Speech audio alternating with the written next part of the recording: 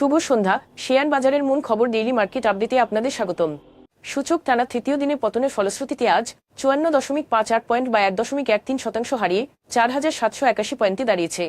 আজকের লেনদেনের পরিমাণ ছিল 297 কোটি টাকা, যা আগের দিনের তুলনায় 0.91% বেশি।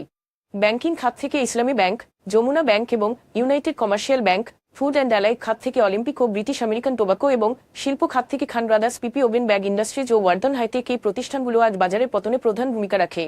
খাতভিত্তিক রিটার্নের ক্ষেত্রে শুধুমাত্র ট্যানারি খাত 0.76% মুনাফা অর্জন করেছে। অপরদিকে মিউচুয়াল ফান্ড খাত সর্বোচ্চ 2.60% লোকসান করেছে।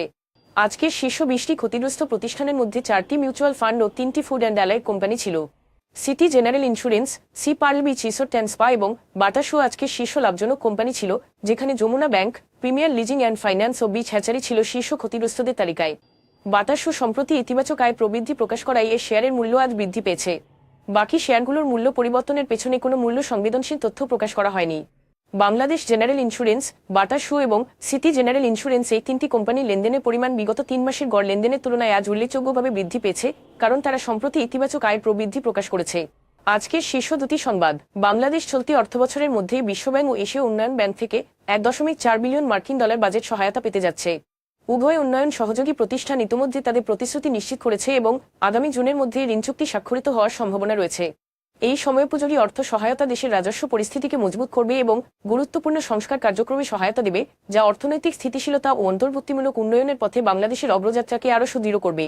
আইএমএফ এর ঋণের দুটি কিস্তির অর্থছাড় নিয়ে বাংলাদেশের সঙ্গে দীর্ঘদিন টানাপোড়েনের পর অবশেষে সমঝোতায় পৌঁছেছে দুই পক্ষ। আইএমএফ এর শর্ত মেনে টাকার সঙ্গে ডলার এবং অন্যান্য বৈদেশিক মুদ্রার বিনিময় হার বাজারের ওপর ছেড়ে দেওয়ার সিদ্ধান্ত নিয়েছে বাংলাদেশ ব্যাংক। এতদিন বাংলাদেশ ব্যাংক একটা সীমার মধ্যে দর ওঠানামা করতে দিত। নতুন সিদ্ধান্তের কারণে সেই সীমা থাকল না। আইএমএফ এর সঙ্গে স্টাফ পর্যায়ের সমঝোতার পর আগামী মাসে সংস্থাটি পর্ষদ সভায় ঋণ অনুমোদন হবে বলে আশা করেন গভর্নর। তিনি বলেন, আইএমএফ এর ঋণ অনুমোদনের পর অন্য আন্তর্জাতিক সংস্থাগুলোই ঋণ ছাড় করবে। সব মিলিয়ে জুনের মধ্যে 3.5 বিলিয়ন বা 350 কোটি ডলার বৈদেশিক ঋণ পাওয়া যাবে। এতে করে রিজার্ভ আরও বাড়বে, বিনিময় হার টেকসই স্থিতিশীল হবে। জানা গেছে, আইএমএফ ঋণের দুই কিস্তির 130 কোটি ডলারের বাইরে 5টি সংস্থা থেকে বাকি ঋণ পাওয়া যাবে। এক্ষেত্রে বিশ্বব্যাংক, এডিবি ও জাইকা দেবে 50 কোটি ডলার করে 150 কোটি ডলার। বাকি 70 কোটি ডলার আসবে এআইবি ও ওপেক থেকে। আজ এ পর্যন্তই। আগামীকাল আবার আসবো শেয়ার বাজারের নানা আপডেট নিয়ে। ধন্যবাদ।